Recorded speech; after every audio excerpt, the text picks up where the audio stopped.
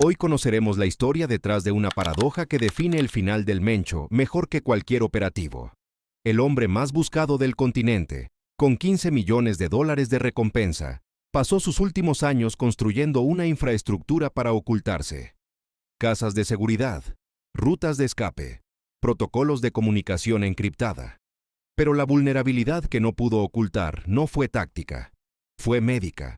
Desde 2019, informes de inteligencia federal confirmaron que Nemesio Oseguera Cervantes padecía insuficiencia renal crónica, una enfermedad que no se puede esconder en la sierra, que requiere tratamiento constante, que obliga a depender de personas, equipos y suministros que dejan rastros. Para resolver ese problema, el Mencho hizo lo que siempre hizo cuando tenía un problema. Construyó una solución. Mandó construir un hospital. Y ese hospital, que existía para protegerlo, terminó siendo la pista que lo encontró. Suscríbete y activa las notificaciones. Empezamos. 2019. El diagnóstico que cambió la forma en que el Mencho operaba. En 2019, autoridades federales mexicanas obtuvieron información sobre el estado de salud del Mencho. El diagnóstico: insuficiencia renal crónica. Una condición progresiva en la que los riñones pierden gradualmente la capacidad de filtrar toxinas y regular líquidos en el cuerpo. En sus etapas avanzadas, requiere diálisis peritoneal, un procedimiento en el que se introduce una solución especial en la cavidad abdominal para absorber desechos que los riñones ya no pueden eliminar. Para un hombre que vivía moviéndose constantemente entre la Sierra de Jalisco, Michoacán y Colima, esa enfermedad representaba una vulnerabilidad operativa de primer orden. La diálisis no se hace en cualquier lugar. Requiere suministros médicos específicos, requiere personal capacitado, requiere condiciones de higiene controladas, y todo eso deja rastros.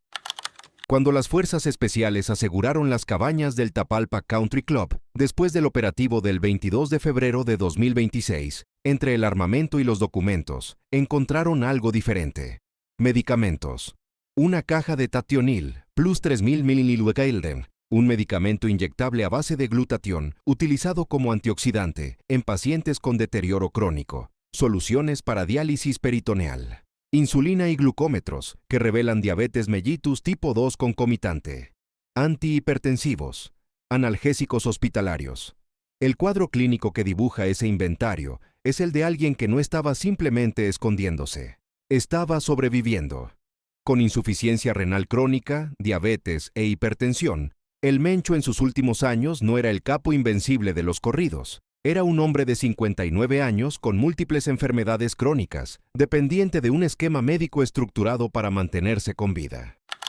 La solución que construyó para ocultar su vulnerabilidad y la ironía de lo que ocurrió. El Mencho resolvió el problema de la forma en que siempre resolvía los problemas que el dinero podía resolver. En la comunidad de El Acíhuatl, en el municipio de Villa Purificación, Jalisco, mandó construir lo que sus propios operadores comenzaron a llamar el Hospitalito. El centro de salud fue identificado por el Gabinete de Seguridad Federal en julio de 2020. Estaba ubicado en una zona arbolada, entre viviendas, con distintos caminos de acceso diseñados estratégicamente. A aproximadamente 50 kilómetros de Villa Purificación, uno de los principales bastiones históricos del CJNG. No era un hospital de alta complejidad. Era una instalación diseñada específicamente para él, su familia, su círculo de seguridad y los habitantes de esa localidad. La cobertura de los servicios a la población local no era filantropía. Era la misma lógica de la narconómina. Construir dependencia comunitaria que genere protección y silencio. El Acíhuatl está a 50 kilómetros de Villa Purificación.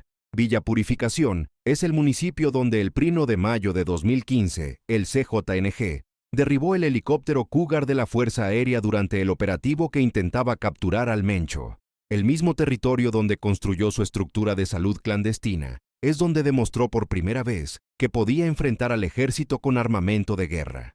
Esa continuidad geográfica dice algo sobre cómo el Mencho entendía el control territorial. No era solo control armado, era control total, sanitario, económico, social. Aquí está el centro de todo este análisis.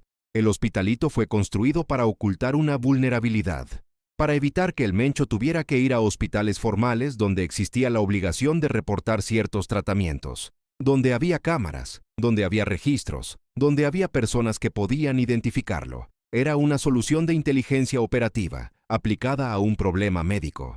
Pero la infraestructura que construyó para protegerse se convirtió en exactamente lo opuesto. Según reportes de inteligencia documentados por múltiples medios mexicanos, el confinamiento médico que la insuficiencia renal le impuso fue clave para que las Fuerzas Armadas ubicaran su corredor de movimiento. La enfermedad lo obligaba a permanecer cerca de infraestructura médica. Eso limitaba sus rutas. Eso hacía predecible su zona de operación. El corredor serrano entre Talpa de Allende y Tapalpa, donde finalmente fue encontrado, no fue una localización aleatoria. Fue el resultado de seguir el rastro que la necesidad médica dejaba. Cómo la insuficiencia renal reconfiguró el liderazgo del CJNG. La enfermedad del Mencho no fue solo un problema personal, fue un problema estructural para la organización que dirigía. Desde al menos 2019, según los reportes de inteligencia, la insuficiencia renal deterioró su movilidad y limitó notablemente su capacidad de presencia física en operaciones y reuniones. Un líder que no puede moverse libremente, que no puede aparecer en los territorios que controla, que no puede hacer las visitas de supervisión que mantienen la lealtad de los mandos medios, es un líder que empieza a perder control real sobre su propia organización. La respuesta del Mencho fue la que cabría esperar de alguien con su historial de adaptación. Delegó. Figuras como Audias Flores Silva, el jardinero, y Hugo Mendoza Gaitán, el sapo, asumieron las tareas críticas de producción, logística y seguridad. El Mencho mantuvo su estatus como líder fundador, pero ejerció ese liderazgo principalmente a través de comunicaciones indirectas. Desde una cabaña de un fraccionamiento turístico en Tapalpa, rodeado de medicamentos y equipo médico, dando órdenes a través de intermediarios. Esa imagen, el hombre más buscado del continente reducido a dirigir su imperio desde una cama de recuperación, es la que define sus últimos años con más precisión que cualquier corrido. Lo que la enfermedad aceleró sin que nadie lo dijera en voz alta fue el proceso de sucesión. Cuando un líder delega por necesidad médica, no lo hace de forma ordenada y planificada como quien prepara una transición. Lo hace porque no tiene otra opción. Y eso genera una dinámica interna diferente. Los mandos que reciben esas delegaciones empiezan a construir su propio poder de base, sin que el líder pueda supervisarlos directamente. Cuando el Mencho cayó en Tapalpa, el CJNG no fue una organización descabezada que colapsó. Fue una organización cuyos segundos niveles ya llevaban años operando con autonomía creciente, precisamente porque la enfermedad de su líder lo había obligado a soltarles el control de forma gradual. Esa es una de las razones por las que la transición post-Mencho fue más ordenada de lo que muchos analistas anticipaban. La pregunta que el Hospitalito plantea sobre el sistema de salud y el crimen organizado. El Hospitalito de El Acíhuatl no hubiera sido necesario si el Mencho pudiera haber ido a un hospital formal.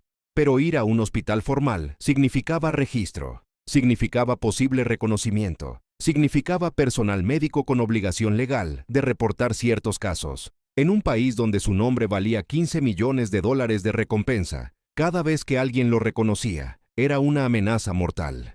Entonces construyó su propia infraestructura de salud.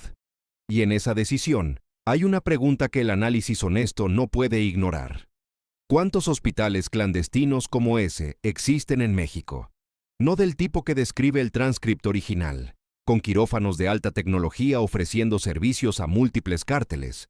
Esa versión no tiene respaldo verificable.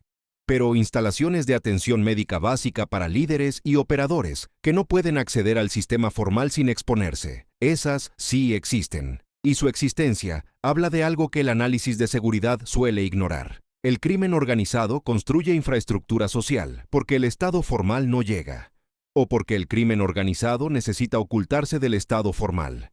Frecuentemente, ambas cosas al mismo tiempo. Vale la pena mencionar algo sobre el medicamento encontrado en Tapalpa. El Tationil Plus no es parte del protocolo estándar para la insuficiencia renal. Es un antioxidante que algunos médicos usan como apoyo complementario. Eso no contradice el diagnóstico de insuficiencia renal. Las soluciones de diálisis peritoneal encontradas en la misma cabaña son evidencia más directa de esa condición, pero sí ilustra algo sobre el tipo de atención médica que el Mencho recibía en sus últimos años.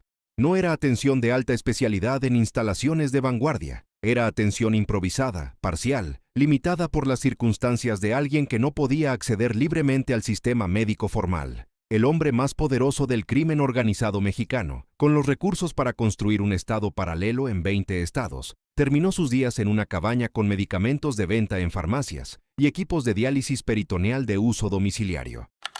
La historia del hospitalito de El Acíhuatl es la historia de una trampa que el Mencho se tendió a sí mismo sin saberlo. Construyó una infraestructura médica para protegerse de una enfermedad que no podía esconder. Y esa infraestructura, esos movimientos de personal, esos traslados de suministros médicos, ese corredor limitado que la necesidad de diálisis le imponía, fue lo que la inteligencia militar siguió hasta Tapalpa.